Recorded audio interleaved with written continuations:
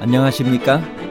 인생의 복잡한 문제들을 말씀으로 단칼에 해결해주는 김종근 목사의 쾌도 남마입니다.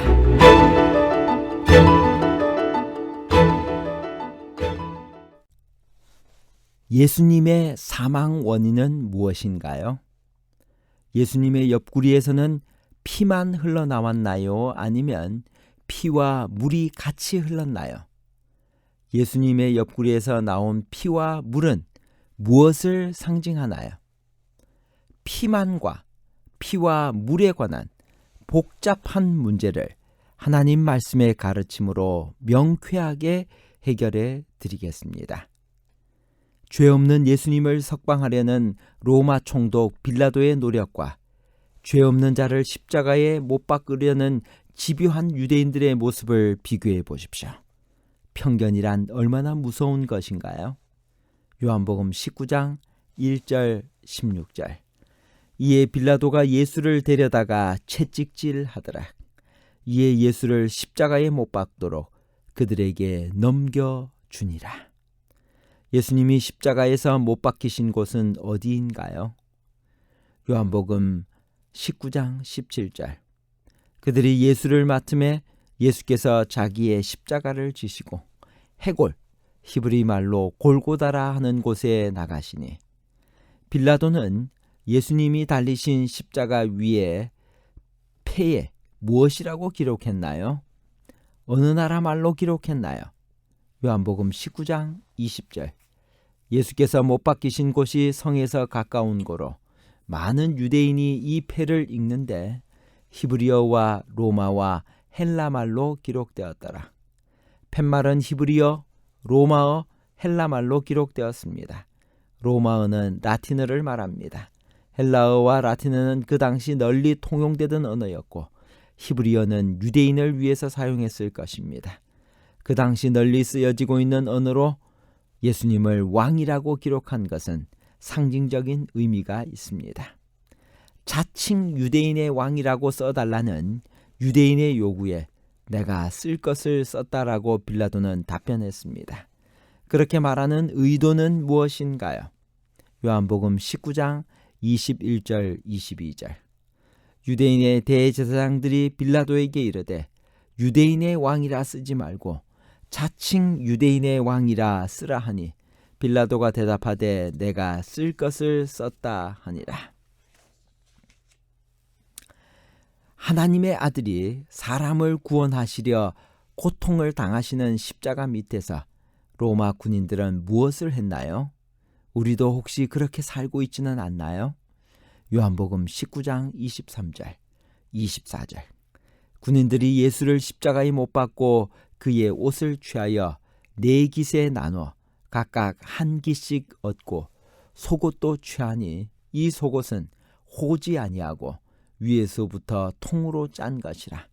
군인들이 서로 말하되 이것을 찢지 말고 누가 얻나 제비 뽑자 하니 이는 성경에 그들이 내 옷을 나누고 내 옷을 제비 뽑나이다 한 것을 응하게 하려 함이러라.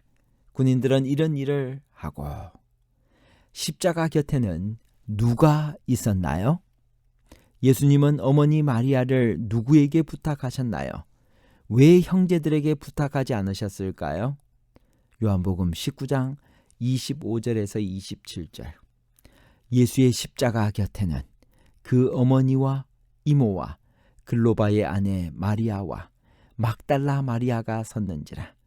예수께서 자기의 어머니와 사랑하시는 제자가 곁에 서 있는 것을 보시고 자기 어머니께 말씀하시되 여자여 보소서 아들이니이다 하시고 또 그 제자에게 이르시되 보라 내 어머니라 하신대 그때부터 그 제자가 자기 집에 모시니라. 예수님의 가상칠언과 오늘날 우리에게 주는 교훈은 무엇일까요? 예수님께서 십자가상에서 7마디를 하셨습니다. 그 말씀을 요약하면 이렇습니다. 첫째, 엘리 엘리 라마 사박다니, 나의 하나님 어찌하여 나를 버리시나이까. 둘째, 아버지 저들을 사하여 주옵소서. 셋째, 내가 나와 함께 낙원에 있으리라. 넷째, 아버지여 내 영혼을 아버지 손에 부탁하나이다. 다섯째, 여자여 보소서 아들이니이다. 여섯째, 내가 목마르다. 일곱 번째, 다 이루었다. 가상칠언은 오늘 현대적으로 우리에게 이런 의미를 가져다 줍니다. 첫 번째, 다른 이들을 용서하자는 것입니다. 누가복음 23장 34절에 아버지 저들을 사하여 주옵소서. 자기들이 하는 것을 알지 못함이니이다. 마태복음 18장 35절 너희가 각각 마음으로부터 형제를 용서하지 아니하면 나의 하늘 아버지께서도 너희에게 이와 같이 하시리라. 두 번째, 구원의 확신을 갖자는 것입니다. 누가복음 23장 43절입니다. 예수께서 이르시되 내가 진실로 내게 이르노니 오늘 내가 나와 함께 낙원에 있으리라 하시니라. 세 번째, 부모님을 공경하자는 것입니다. 요한복음 19장 26절 예수께서 자기의 어머니와 사랑하시는 제자가 곁에 서 있는 것을 보시고 자기 어머니께 말씀하시되 여자여 보소서 아들이니이다. 시대소망 752페이지입니다. 효도에 대한 그리스도의 완전한 모본은 어두운 세대를 밝은 빛으로 비춘다.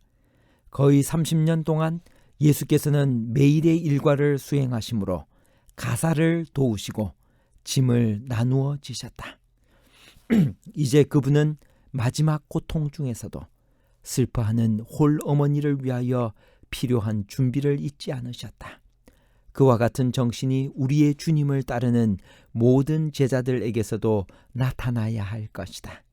그리스도를 따르는 자들은 저들의 부모를 존경하고 그들을 부양하는 것이 신앙의 일부라는 사실을 생각해야 할 것이다.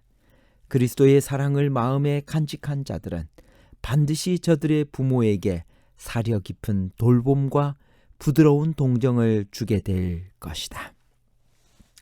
네 번째는 다른 이들을 위해 중보 기도를 드리자는 것입니다. 다섯 번째, 예수님께 시원한 물을 드리자는 것입니다. 예수님께 생수를 드리는 법은 작은 자에게 냉수 한 그릇을 주며 성도를 대접하고 말씀을 전파하며 최선을 다했으면 모든 것을 하나님께 맡기는 삶이 되어야 합니다.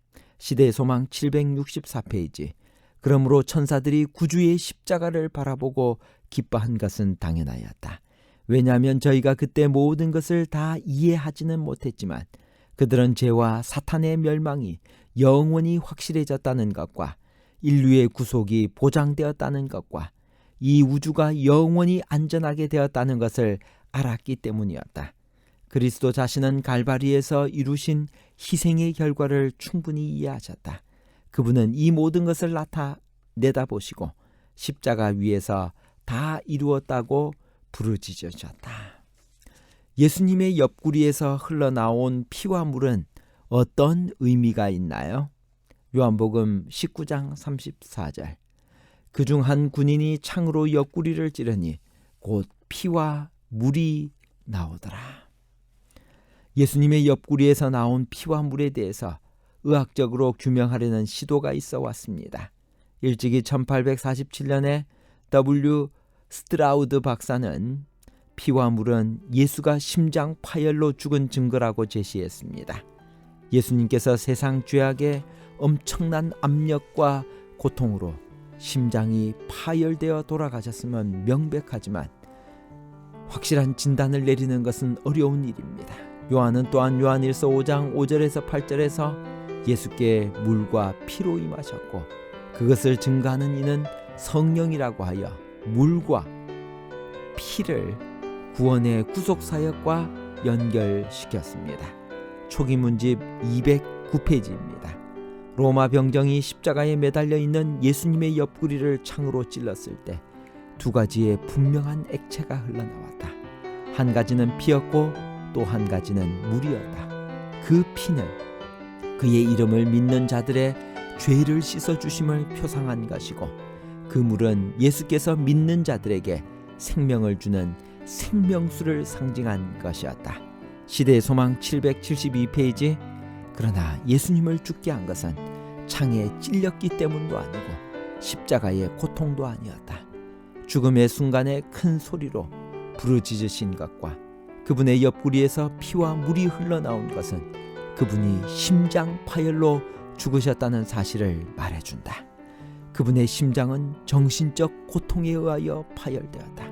그분은 세상 죄를 인하여 죽임을 당하셨다. 결론입니다.